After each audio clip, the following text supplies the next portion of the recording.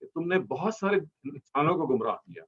اور یہ سارا ڈائلاگ ہو رہا ہوگا, یہ سارا ابھی انڈائریکٹلی کنوے کر رہے ہیں اللہ میاں.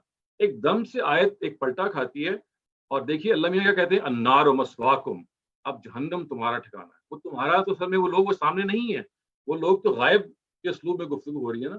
It is as if those people who are not present, they are addressed right in front of your eyes just to emphasize this fact کہ دیکھو یہ اگر تمہارا یہ معاملہ ہوگا تو ذرا سوچو کہ تم کس مصیبت پہ جا پھنسو گے.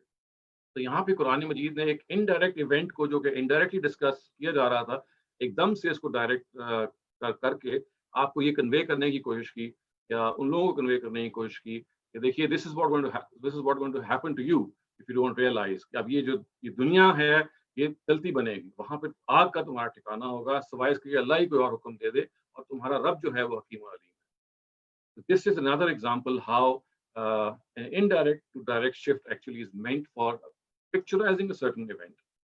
اگر یہ اس کو بھی انڈائریکٹ کر دیا جاتا ہے تو دیکھیے وہ پکچر پیدا ہوگی.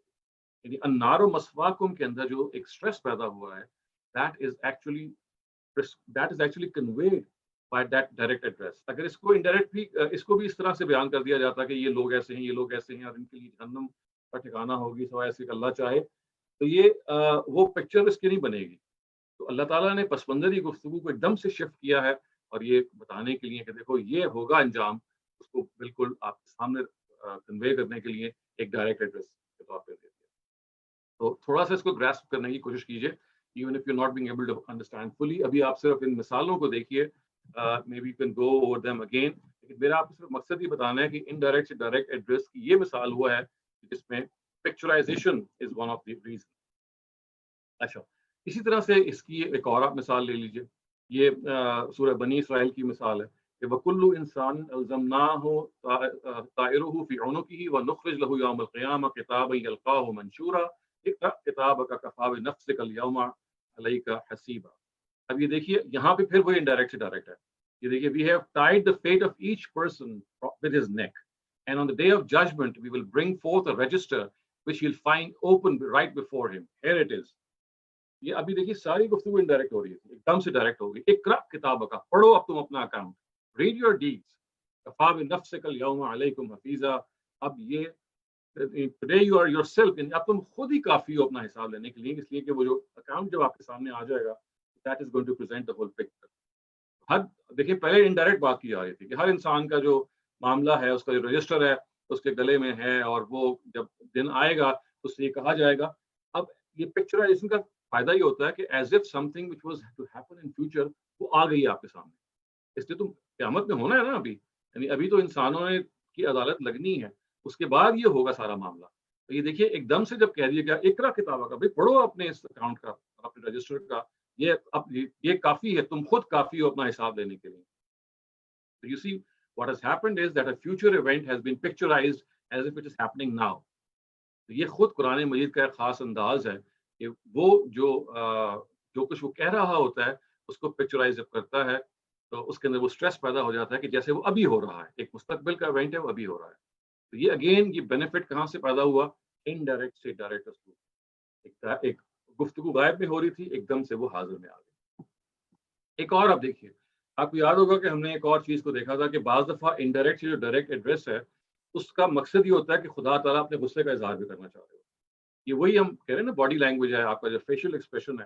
اگر آپ آیت کو سادہ طریقے سے پڑھ جائیں گے تو آپ کہیں گے اچھا جی یہ بات اس طرح سے ہو رہی ہے, لیکن اگر آپ اس کو اس اسٹریس کے ساتھ پڑھیں گے کہ ایک دم سے اللہ تعالیٰ نے ایک خاص اینٹی کو مخاطب بنا لیا ہے جو انڈائریکٹ تھی, تو اس سے یہ غصہ خدا تعالیٰ کا کنوے ہوتا ہے. Again, as I said, that body language, that facial expression, that it is not a simple sentence. It has actually some background, some baggage with it. اس کو پڑھیے کہ وَقَالُوا اتَّخَذَ الرَّحْمَنُ وَلَدًا لَقَدْ جِئْتُمْ شَيْئًا إِدًّا تَكَادُ السَّمَاوَاتُ يَتَفَطَّرْنَ مِنْهُ وَتَنشَقُّ الْأَرْضُ وَتَخِرُّ الْجِبَالُ هَدًّا أَن دَعَوْا لِلرَّحْمَنِ وَلَدًا وَمَا يَنبَغِي لِلرَّحْمَنِ أَن يَتَّخِذَ وَلَدًا. They said that the merciful God has children. They say the merciful God has children. اب کیا ہے, very grave is this statement you have given.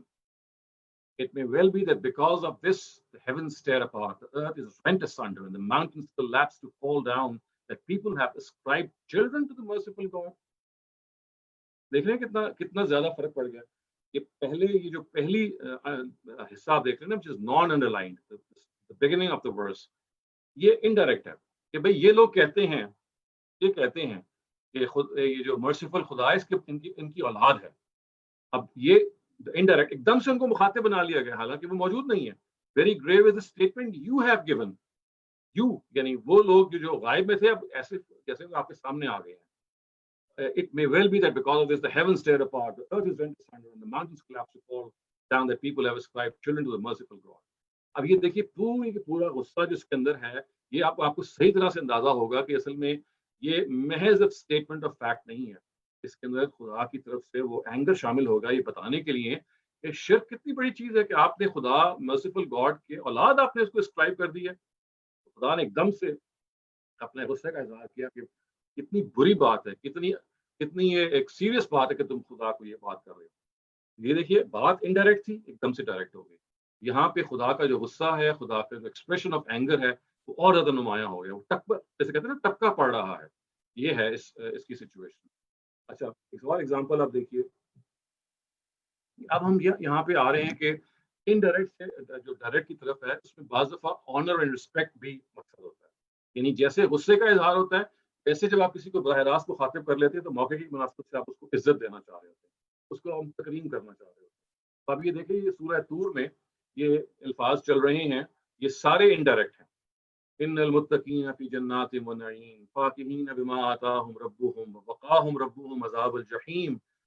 یہاں تک کہ سارا انڈائریکٹ ہے, ایک دم سے ڈائریکٹ ہو گیا. کلوا واشربوا ہنیئا بما کنتم تعملون. And the righteous, however, shall be in gardens and in bliss, enjoying what the Lord has blessed them with, and that the Lord has preserved them from the torment of hell. یعنی یہاں تک اب صرف گفتگو indirect ہو رہی ہے کہ جو اہل ایمان ہیں, جو اہل تقویٰ ہیں, وہ جنت کے اندر انجوائے کر رہے ہوں گے اور خدا نے ان کو عذاب سے بچا لیا ہوگا. ایک دم سے ان کو سامنے مخاطب کر لیا. Eat and drink with relish as rewards for the deeds you have been doing. یعنی وہ جیسے سامنے آ گئی, آپ کھائیں اور آپ پئیں. حالانکہ گفتگو کیا ہو رہی تھی کہ بھئی نیک لوگوں کو ساتھ یہ ملے گا, نیک لوگوں کو یہ ملے گا. ایک دم سے ان کی نیکی کو اور زیادہ نمایاں کرنے کے لیے, اس کے ریوارڈ کو اور زیادہ نمایاں کرنے کے لیے ان کو براہ راست خطاب کر لیا گیا. حالانکہ وہ تو انڈائریکٹ تھے, وہ تو موجود بھی نہیں ہے وہاں پہ.